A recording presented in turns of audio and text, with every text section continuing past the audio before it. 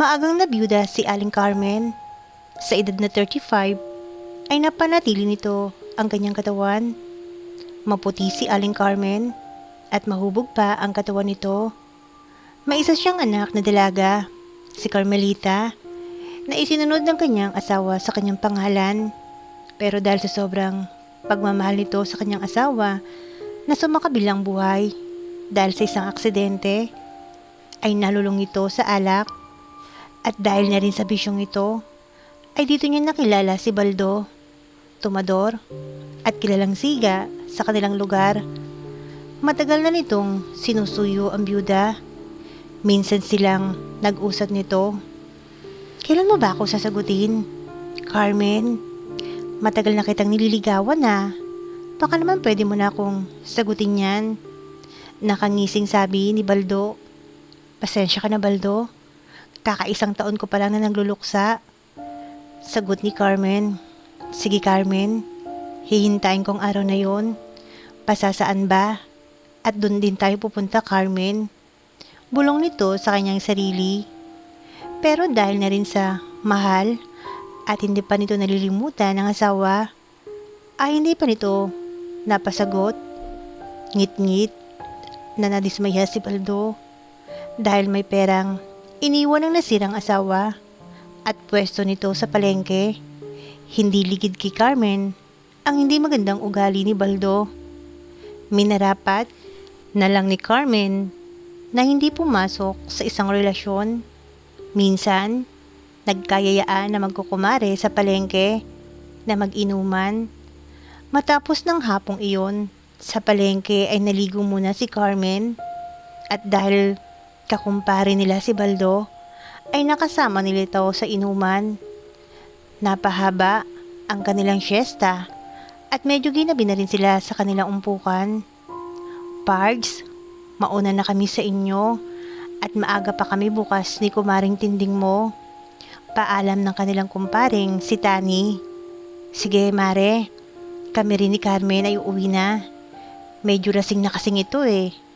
Sagot ni Baldo. Huy, hindi ah. Nakakatatlong bote pa nga lang ako eh. Sabad ni Carmen. Eh bakit ang pula na ng mukha mo? Sabad naman ni Tindeng. Mistisa lang naman. Sabay tawa nito. Naku, huwag ka nga magbiro ng ganyan. Tuo-tuo talagang mapula na ang mukha mo. Kung makasabi ka naman mapula, akala mo hindi ka rin mapula? Sabi ni Carmen at nagtawanan silang lahat.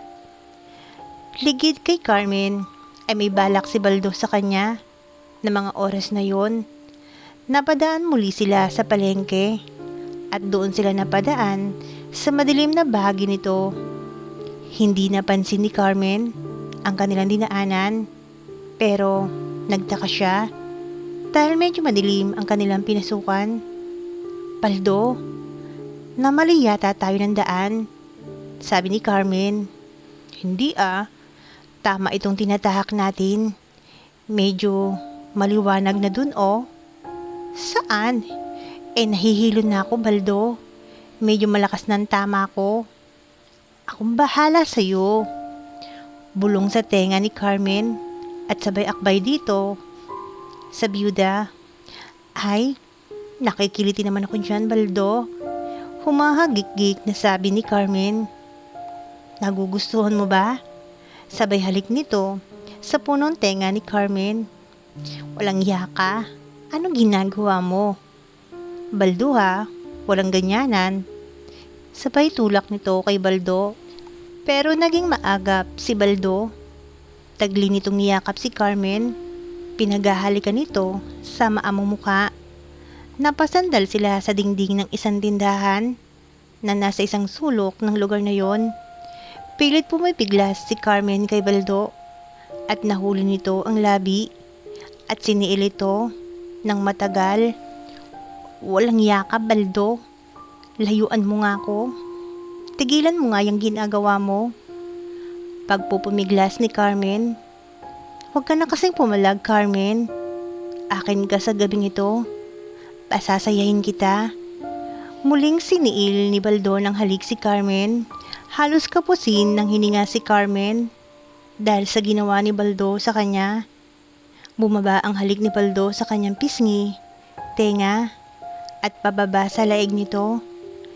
Nagdiiwan ito ng maliliit na kagat at nang maramdaman nitong hindi na masyadong pumapalag si Carmen, marahan niyang pinaglakbay ang palad nito sa iniingatang kayamanan ng byuda na siya naman itong ikinagulat. Walang yaka talaga, Baldo. Salbahe ka.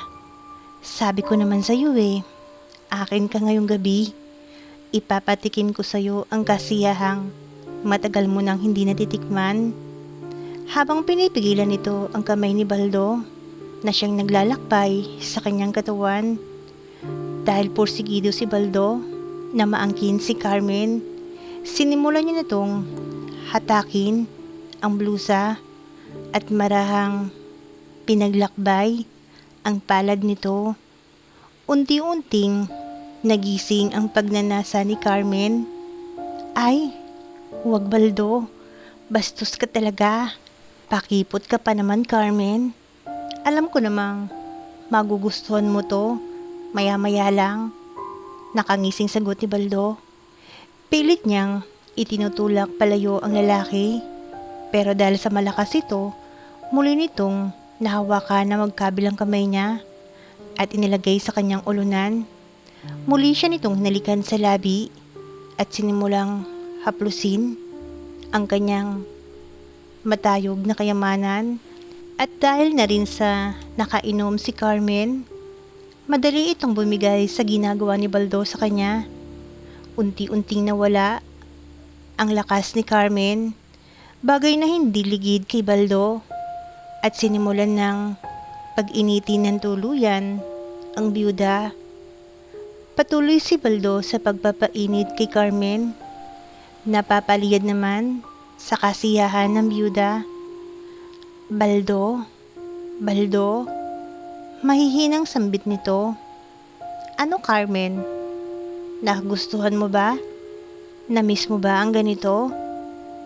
Habang walang sawang pinag-iinit ni Baldo si Carmen, patuloy ang paglakbay ng kamay nito sa ibabang parte ng katawan ng byuda at dito mismo sa madilim na parte ng palengke naganap ang pagsasanib ng dalawa. Hindi makapaniwala si Carmen na basta-basta niya lang na ibigay ang kanyang sarili kay Baldo. Ganon din si Baldo.